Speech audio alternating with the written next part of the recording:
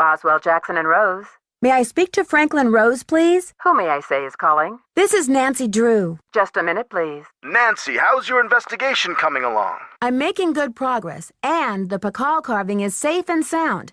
But I'm afraid I can't tell you everything yet. What in the world are you talking about? I'm sorry, but I can't explain everything now. I'll take good care of the carving, I promise. What can I say, Nancy? I don't like it. I don't like it one bit. Do what you have to do, but let's get this mess cleaned up, all right? So you'll call Joanna and invite her back to work? I'll call her right away. Thanks, Mr. Rose. That's what I'm here for. Thanks for clearing my name, Nancy. Honestly, what kind of moron would I be to try and ruin my own exhibit? Anyway, we need to make up for lost time. I need you to go to the storeroom and start unpacking some of those crates. One of the pieces has a fancy security device on it. The code is 0677. Apparently, a Topeka woman named Prudence Rutherford has recently been visited by a red-handed thief, too. Do you have any idea how I might get in touch with her? Afraid I can't help you there. I've got work to do. Semper ubi sabubi. Boswell, Jackson, and Rose. How may I direct your call? This is Nancy Drew, calling for Franklin Rose, please. Just a minute, please. Nancy, to what do I owe the pleasure of this call? I need to contact a woman named Prudence Rutherford. I noticed she's on the board of the Topeka Commission for the Arts and that they've donated money to Beach Hill. Any idea how I might track her down? Well, you're in luck. It so happens that Prudence and I sat on the panel of judges for the Kansas Speak No Evil Mime competition for 3 years in a row, back when I lived in Wichita. How's that for a small world? You judged a mime competition? Indeed I did. I haven't talked to Prudence in about 10 years. But let's see if I still have her in this old dinosaur of a Rolodex. Ah, yes, here we go. Got a pen? It's area code 785-555-7279. What's this all about? I think Ms. Rutherford had a run-in with a red-handed thief, much like the one who took the Pakal carving. Ha! You're a real pro, Nancy. Say, why don't I call ahead and let Prudence know what's going on? That way I can say hello and she'll be expecting you. That would be great, Mr. Rose. Not a problem, dear. Chaco Canyon Cultural Center. Hi, I'm hoping to speak to someone about the theft that happened there recently. Are you the press? No, I'm a detective investigating a similar crime in Washington, D.C. This is Sheila Schultz, the director. What would you like to know? My name is Nancy Drew. I'm calling from the Beach Hill Museum in Washington, D.C. I understand you had some rare Maya artifacts stolen recently. That's right. It's a terrible loss, and the police here have no leads. Beach Hill was robbed, too. We lost one of our prized jade carvings. I'm very sorry to hear that. I'm wondering if the robberies are connected. Do you mind if I ask you a few questions about the incident at Chaco Canyon? Fire away. I heard the thief left a red handprint at the scene of the crime. Is that true? Yes. It was very gruesome. It looked like blood, but according to the police analysis, the print was made with a mercuric sulfide paste. Do you know of any symbolic meaning attached to a red hand? Don't walk, don't go there, talk to the hand, as my 15-year-old would say? Really, I haven't the slightest idea. What types of artifacts did the thief get away with? Only the center's most prized pieces. The case contained 5 pre-Columbian artifacts that were excavated right from this area. Do you have a list of the stolen pieces? I know those pieces like the back of my hand. There were 3 pottery pieces, a small stone figurine with a snake head, and an ornamental jade carving. I'm interested in the jade carving. What did it look like? It was highly unusual. There was a glyph on it that no one could translate. Until we hired Henrik Vanderheun, that is. His opinion was that it's Mayan in origin, and that it may have been a place-name glyph for this area. As you can imagine, we regarded it as something of a regional treasure. Do you know that Henrik Vanderheun works for Beach Hill now? Yes, I know.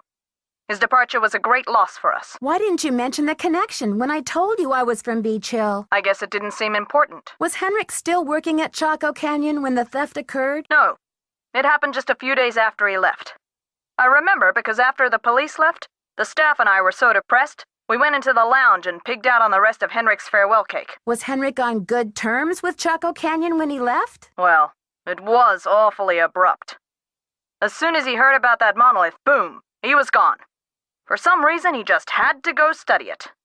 We weren't exactly happy about it, but it's not like quitting is against the law. Do you recall having some appraisal work done by an art dealer by the name of Taylor Sinclair? How could I forget? He went on and on about the impossibly rare artifacts he could get for us. I said, "Are you an art dealer or a smuggler?" But he assured me that the provenance documents would all be in order. Still, I never did any further business with him. He just seemed slippery. Could you send me a photo of that jade carving so I can take a look at the glyph? I'm afraid I sent our only print off to the insurance company. They said they'd return it, but who knows when our claim will be processed. I'm sorry. I've just got to get my hands on a replica of that jade carving you lost. Do you have any ideas? Not off the top of my head, but maybe one of my staff will have a bright idea. I need some time to ask around. Can you call back later? Sure thing. Feel free to call if you have any more questions. Yes, hello? Hi, this is Nancy Drew, calling from Washington, D.C. I'm trying to reach Prudence Rutherford, please. Oh, yes, Franklin told me you'd be calling. Such dreadful news about Beach Hill. I will do everything in my power to help you catch those rapscallions. To think how they violated the sanctity of my domicile. Good heavens! I'm sorry to hear about your loss. What can you tell me about the necklace? I can't even think about it.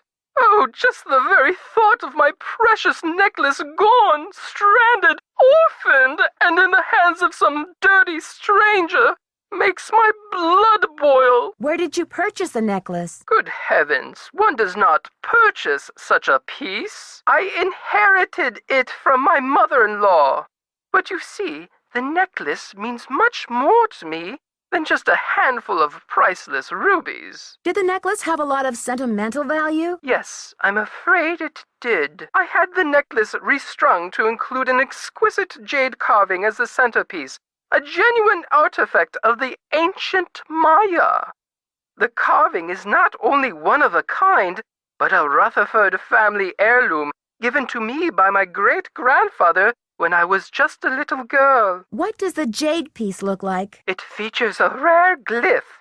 No one's been able to give me a precise translation, but most epigraphers have agreed that it has something to do with a snake, the color green, and the direction south. It's terribly fascinating. About the theft, where were you when it took place? At 3 a.m.? Well, I was home, of course, lost in sweet slumber. I don't grace the social circuit the way I used to. That brazen fiend crept right into the bedroom and took my necklace away. Where was I? Picking peaches in the fruit-laden orchards of my dreams. I feel like such a fool. Was anything else taken besides the necklace? Nothing. Not even my brand new Dada. Synesthetic, interactive, organic journey? Ha! I always knew Dada was overrated. One moment, dear. Off! Off the sofa, you nasty beast! Now! What are you doing? What did I say about the sofa? Bad, bad, naughty bad! I'm sorry, dear. What was I saying? About the theft. Oh, yes! Oh, they must have known. The rest of my valuables were left untouched. Frankly, I don't know whether to be grateful or insulted. What about evidence? The first thing I saw when I opened my eyes was this positively ghoulish red handprint on the wall. I nearly jumped out of my skin. A red handprint was left at the scene of the crime at Beach Hill, too. Ms. Rutherford, I'm almost certain that these robberies were committed by the same person. But why? What is so special about these carvings? Miss Rutherford, it would be so helpful if I knew exactly what your carving looked like. Could you send me a picture that shows it in detail? I can do better than a photo. The insurance company made this dreadful replica of the necklace with the idea that I would wear such a thing to public functions. Please. But I could send that to you if you'd like. Oh, that would be wonderful. How soon could you have it here? You'll have it tomorrow or the next day. My secretary will have the address of the museum. Now, if that is all you would require, young lady, I will need to attend to other pressing matters. Thanks a million, Miss Rutherford. I won't let you down. Call me Prudence. Oh, and Nancy, when you find the villains who did this to me, do me a favor and give them a sound thrashing. You're coming through loud and clear. Bye. Chaco Canyon Cultural Center. Hi, this is Nancy Drew calling. Hi, Nancy. It's Sheila. Well, we racked our brains. Finally, one of my staff came up with the original box that the carving was packed in. The piece was encased in a tight foam cast to prevent damage during shipping. I'm not sure how much good it'll do you, but I can send it to you if you like. That just might work. Henrik left Beach Hill as his forwarding address, so I know what to do. I'll send it express. Thanks a million, Sheila. Good luck with your investigation. According to Henrik's notes, I need to make a key out of these pieces. Now I have the key. I'll have to choose which side of the cube goes here.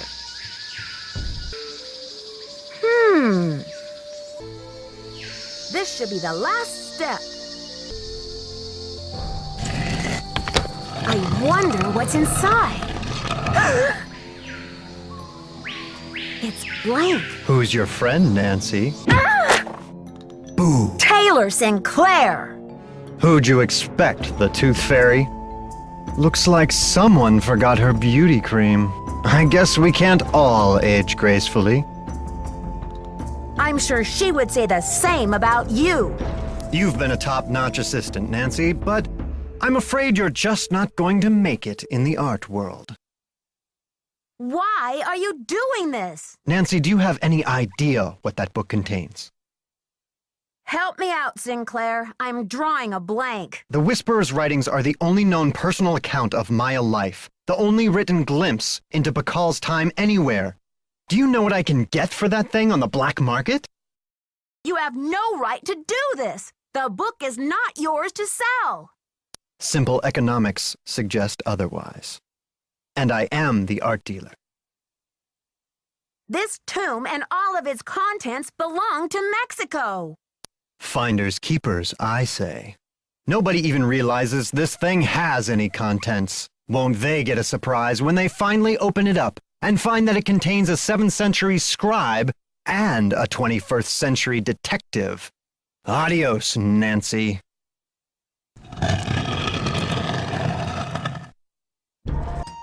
I'm starting to run out of air. This may be the scribe's notes about Bakal. Behold! Our heroine emerges from the tomb, like a mermaid from the sea. Meanwhile, the foolish villain stews in the sour soup of his own miscalculation. From deep in the recesses of time, a wise royal scribe whispers her thanks. And a priceless chapter of history is rescued from obscurity. Way to go, Nancy! What in the world? Ah! Confound you, Nancy Drew! Dear Dad, it was great to talk to you on the phone last night. I can't wait to see you back in River Heights where I can fill you in on the whole story. Can you believe that your own daughter was recently standing face to face with a real mummy? Now that the scribe's book has been recovered, I understand how important it is and why Taylor thought he could make a fortune selling it on the black market. The book contains one of the only personal accounts of Maya life in existence anywhere. I'm sure it'll be a tremendous addition to our knowledge of the Maya once it's translated, that is. And now that Henrik's memory is back up to speed again, I'm sure he'll be itching to get to work on it. Taylor Sinclair won't be making any art deals for a long time, though, that's for sure. I guess I shouldn't be surprised about Alejandro's discovery that the Pakal carving's provenance documents were faked after all. When Franklin Rose and the board found out, they arranged to return the artifact to Mexico right away. Mexican officials are so happy to have the artifact back, they have pledged a new era of diplomatic relations with Beach Hill. Joanna sure learned her lesson about making deals with shady operators like Taylor. The board has agreed to give her another chance as long as she reforms her business tactics. And what else? Oh yes, Poppy Dada's announced a new direction in her artwork. All her new paintings are going to feature, what else? Mysterious red handprints. So I guess everyone is taking off in new directions now. I'm going to stay and help this exhibit get launched. But I'll see you back at home in a couple of weeks. Have a safe trip home. Love, Nancy. Dear Nancy, Bess and George told me you're on a case in D.C. I hope everything is working out for you. I wish I could say the same for me. I'm planning on living here, but there's been some trouble. I think someone or something doesn't want me here. Please, Nancy, I'm afraid I can't stay here very much longer. I know you're busy, but I'm desperate. I need you to come out and investigate. Please say you will. Your friend, Sally.